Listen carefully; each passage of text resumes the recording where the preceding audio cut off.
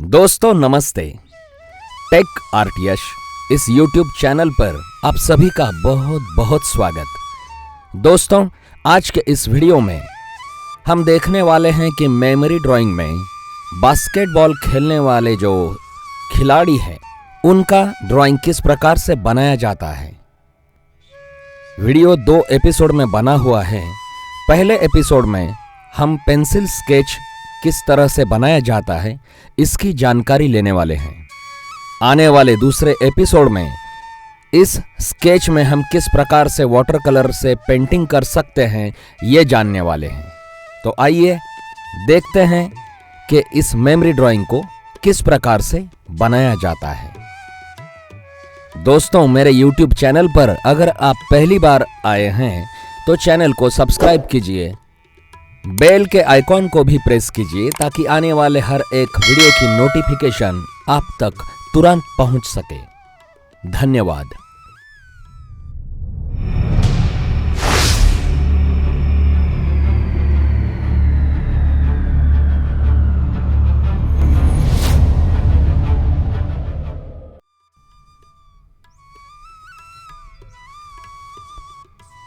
तो आइए अब शुरुआत करते हैं हमारे मेमोरी ड्राइंग की।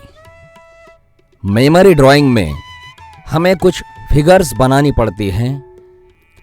एलिमेंटरी एग्जाम में 3 फिगर हो तो भी चल सकता है, लेकिन इंटरमीडिएट एग्जाम में मेमोरी ड्राइंग बनाते समय कम से कम 5 फिगर तो बनाना ज़रूरी ही होता है। यहाँ पर हम देख रहे हैं सबसे पहले जो मेमोरी ड्राइंग हमें बनाना है, जो सब्जेक्ट हमें दिया गया है उसमें जो आकृतियां हैं वो हमें हल्के हाथ से बना लेनी है। रफ ड्राइंग अगर हम बना लेते हैं तो पता चल सकता है कि जितनी आकृतियां हमें बनानी है उनके लिए हमें कितनी जगह आवश्यक है। हर एक आकृति की जगह निश्चित हो जाती है तो उसके बाद हम हर एक आकृति पर डिटेल्स कर सकते हैं।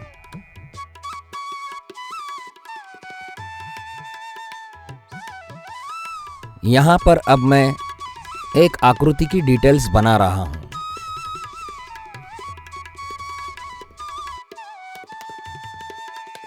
बस इसी प्रकार से हमें सभी आकृतियाँ डिटेल बनाते हुए इस स्मृति चित्र को पूरा करना है।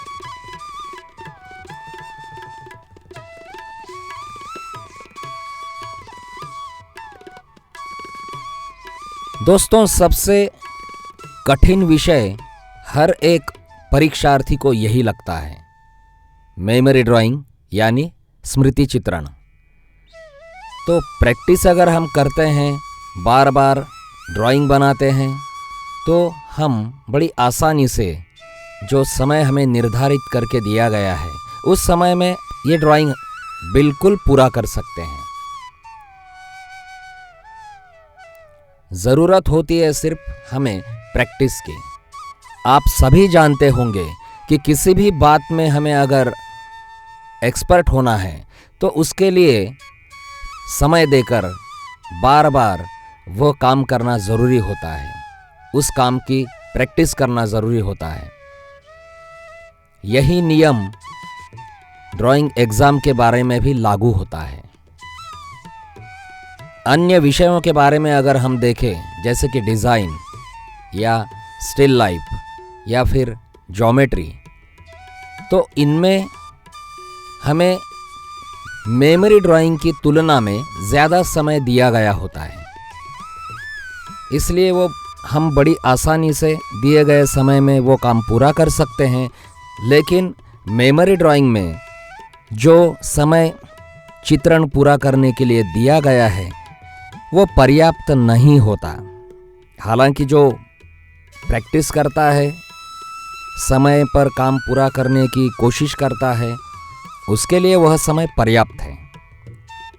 प्रतिदिन अगर हम स्केचिंग करते हैं तो स्केचिंग बनाने का जो समय होता है वो अपने आप कम हो सकता है, क्योंकि ज़्यादातर परीक्षार्थी अगर देखें तो परीक्षा के समय स्केचिंग करने में ही ज़्यादा समय लगा देते हैं। इसका कारण यही है कि हम प्रैक्टिस नहीं करते।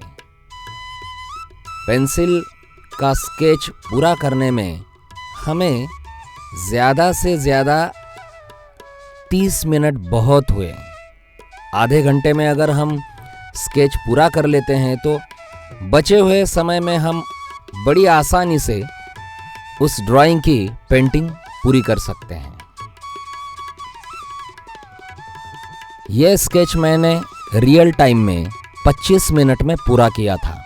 यहाँ पर आप लोगों को फॉरवर्ड करके मैं दिखा रहा हूँ। स्केचिंग करते समय हमारे हाथ की वजह से किया हुआ ड्राइंग खराब ना हो, इसलिए एक पेपर को रखना बेहद ज़रूरी होता है। दोस्तों, ये स्केचिंग आपको कैसा लगा, ये मुझे कमेंट बॉक्स में ज़रूर बताइए। अगले एपिसोड में मैं आपके लिए ये जानकारी लेकर आने वाला हूँ कि ये स्केच कैसे पेंटिंग करके पूरा किया जाता है। ज़रूर मिलेंगे दूसरे एपिसोड में। धन्यवाद।